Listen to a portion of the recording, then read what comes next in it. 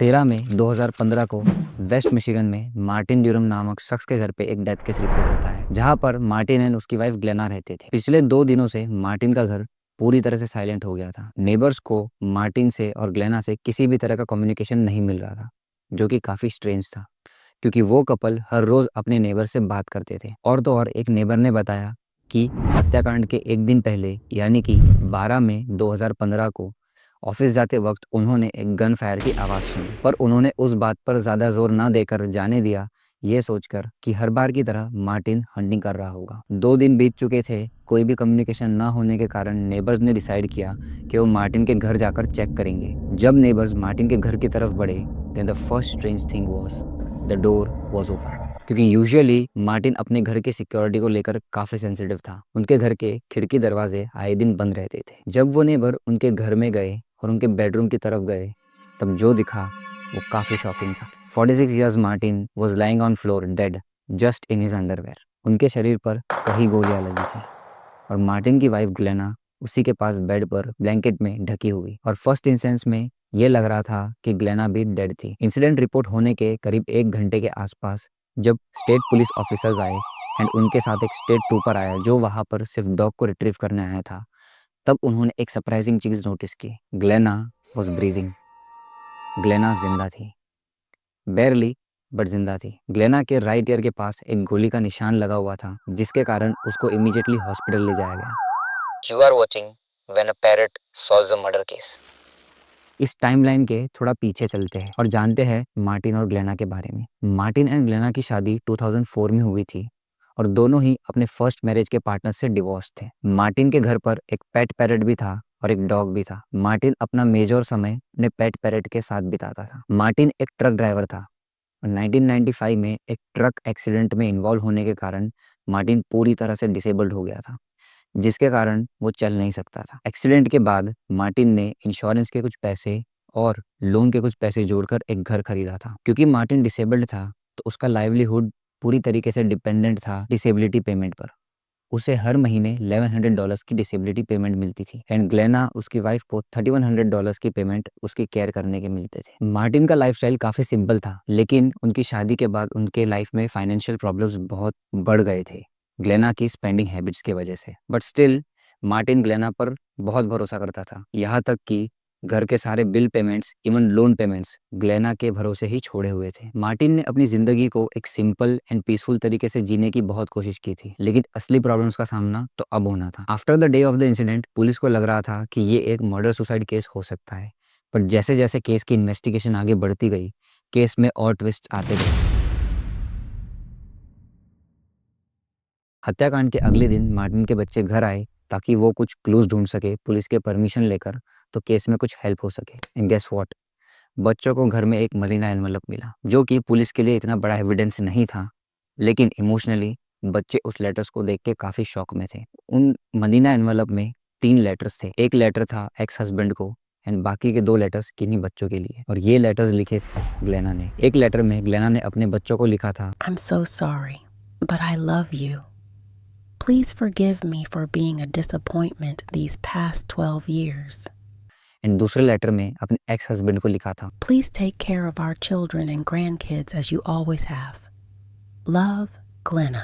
ये लेटर्स काफ़ी ट्रबलिंग थे, क्योंकि अगर ये एक रैंडम एक्ट ऑफ वायलेंस होता, यानी कि किसी गैंग का अटैक, तो फिर ग्लेना क्यों ये लेटर्स लिखती। इस लेटर्स के टोन ने पुलिस को ये सोचने पे मजबूर कर दिया कि शायद ग्लेना का इस केस में कुछ और ही इन्वॉल्वमेंट हो सकता है। पहले ग्लेना को एक विक्टिम की तरह देखा जा रहा था, एक वाइफ जो अपने हस्बैंड की डेथ के बाद जिंदा बच गई थी, बट अब a victim herself became a suspect. तो पुलिस ने ग्लेना से पूछताछ शुरू की। जब भी पुलिस ग्लेना से कुछ सवाल पूछती, तो ग्लेना बस एक ही जवाब देती, I loved my husband. I would never hurt him. If anything, I wish I had died with him. और जब लेटर्स के बारे में पूछा जाता, तो ग्लेना या तो ये कहती कि उन्होंने ये लेटर्स नहीं लिखे, या तो फिर हैंड राइटिंग एक्सपर्ट द्वारा कंफर्म करे जाने पर कि ये राइटिंग ग्लेना की ही है, वो ये कह देती कि ये सिर्फ बर्थडे विशेस है। पुलिस की ये इन्वेस्टिगेशन चल ही रही होती है कि इतने में एंट्री होती है मार्टिन के कजिन इन लॉ फ्रैन फैलन की, जो कि एक सेल्फ प्रोक्लेम्ड साइकिक थी। फ्रैन फैलन ने पुलिस को कहा कि उसने एक विजन देखा है।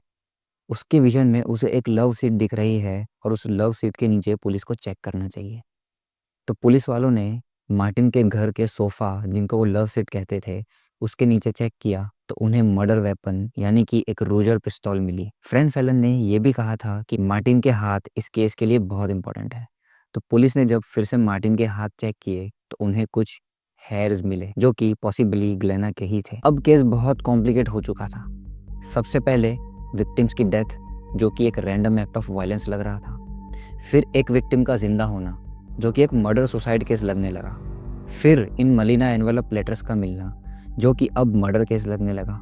और फिर ये साइकिक की एंट्री। फ्रैंक के इस विजन ने केस में एक नया ट्विस्ट डाल दिया था, क्योंकि फ्रैंक के हिसाब से ग्लेना का इस केस में डायरेक्टली कोई इन्वॉल्वमेंट नहीं था। फ्रैंक हमेशा यही कहती थी कि ग्लेना इज इनोसेंट, क्योंकि इसमें किसी थर्ड पार्टी का इन्वॉल्वमेंट है। बट ये सारे क्लूज इतने सॉलिड नहीं थे, तो पुलिस ने इस बात को जाने दिया। और तो और फ्रैंक फैलन खुद एक एलिबाई के साथ इस केस से बाहर थी, तो पुलिस ने अपने इन्वेस्टिगेशन पर ज़्यादा फोकस किया और उन्होंने फोकस रखा ग्लेना पर, जिसके कारण धीरे धीरे उन्हें ग्लेना के बारे में कई लीड्स मिलने लगी। जैसे कि ग्लेना अपने गैम्बलिंग हैबिट्स और उनके कारण बढ़ते डेट्स को अपने हस्बैंड मार्टिन से छुपा रही थी। सच ये था कि ग्लेना की गैम्बलिंग हैबिट्स इस हद तक बढ़ चुकी थी कि उन्होंने मार्टिन से छुपाकर उनके सारे सेविंग्स और सारी डिसेबिलिटी पेमेंट्स गैम्बलिंग पर यूज कर ली थी। कंडीशन इस हद तक आ गई थी कि उनके घर पर एक फोरक्लोजर नोटिस लगा था, जिसके चलते उनका घर 13 मई 2015 को ऑक्शन होना था। 13 मई 2015 वही डेट है जिस दिन ये हत्याकांड हुआ था। और ये भी मार्टिन की मॉम ने न्यूज़पेपर में देखकर मार्टिन को बताया था कि उनके घर पर फोरक्लोजर नोटिस लगी है,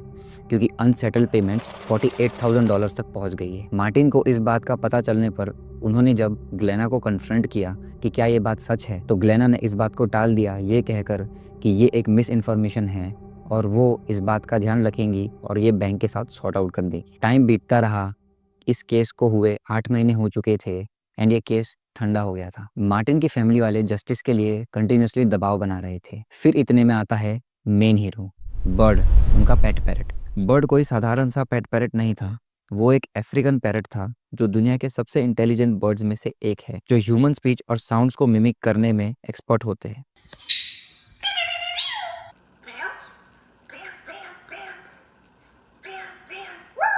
अब केस में एक मेजर ट्विस्ट तब आता है जब मार्टिन की एक्स वाइफ क्रिस्टीना केलर, जिन्होंने हत्याकांड के कुछ दिनों बाद बर्ड, उनके पेट पैरट को अपने पास रखा था, वो ये बताती है कि हत्याकांड के कुछ दिनों बाद ही बर्ड मार्टिन की आवाज़ में कुछ स्ट्रेन वर्ड्स रिपीट करने लगता है।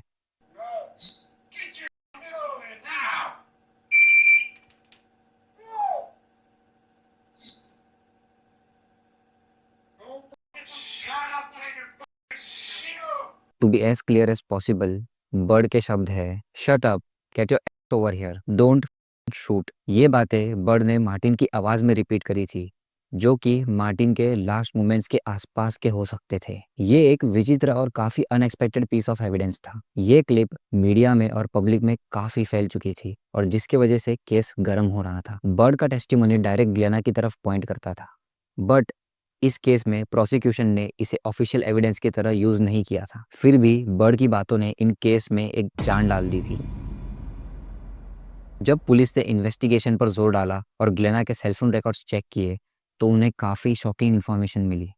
ग्लेना ने मर्डर के कुछ समय पहले ही मर्डर वेपन के बारे में काफ़ी कुछ सर्च किया था। वही मर्डर वेपन जो उनके घर के सोफ़ा के नीचे मिला था, एक रूजर पिस्तौल। मर्डर वेपन के बारे में सर्च करने के बाद ग्लेना ने एक मॉम नेम के कॉन्टैक्ट को मैसेज किया था, लव यू सॉरी। इस फोन एक्टिविटी ने केस को एक सॉलिड डायरेक्शन दी थी। ये सब एविडेंस ने कंफर्म कर दिया था कि ये एक प्लान मर्डर हो सकता है एंड डेफिनेटली ग्लेना ने इसके लिए प्रिपेयर किया होगा। सारे एविडेंसेस यानी कि good bye letters, phone records, financial problems, bird का टेस्टिमनी, ये सारा कुछ ये मानो कि ग्लेना के गिल्ट को साबित कर रहा था। फाइनली जून 24, 2016 को ग्लेना को अरेस्ट किया जाता है एंड जून 19, 2017 को ग्लेना का ट्रायल कन्विक्ट होता है टू लाइफ इम्प्रिजनमेंट। जूरी ने 8 घंटे तक डेलिब्रेशन करने के बाद ग्लेना को दोषी पाया और उसे लाइफ सेंटेंस सुनाया गया, क्योंकि एज पर जूरी सारे एविडेंसेस, इवन रूजर पिस्तौल को ऑपरेट करने का और यूज़ करने का तरीका, ये डिफेंडेंट यानी कि ग्लेना के प्री डिटर्मिनेशन, इसका मतलब कि वो पहले से मन बना चुकी थी, उसका डेलिब्रेशन, फाइनेंशियल इश्यूज़, घर का ऑक्शन होना, मार्टिन को ये सब पता चलना एंड उसका डेस्परेशन दर्शाता है। अगर बर्ड का इन्वॉल्वमेंट और ग्लेना के क्लूज नहीं होते तो हो सकता था कि ग्लेना इस क्राइम से बच जाती। लेकिन सबसे अनएक्सपेक्टेड चीजें जैसे कि पैरेट का इंटेलिजेंस, इसने जस्टिस को रिस्टोर कर दिया। मार्टिन की ट्रेजिक मौत ने ग्लेना की छुपी हुई कॉम्प्लेक्सिटीज को रिवील किया और ये केस हमें ये दिखाता है कि कभी कभी जस्टिस किसी अनएक्सपेक्टेड जगह से भी मिल सकता है। एक पैरेट का रिकॉर्ड भी एक मर्डर केस को सॉल्व कर सकता है। Crazy right. इस केस की स्टोरी थोड़ी अजीब है, लेकिन सबसे इम्पोर्टेंट बात यह है कि कभी कभी एविडेंस हर जगह हो सकता है, चाहे वो एक पैरेट की आवाज़ ही क्यों ना हो। अब इस केस के 2 पॉइंट ऑफ व्यू बनते हैं।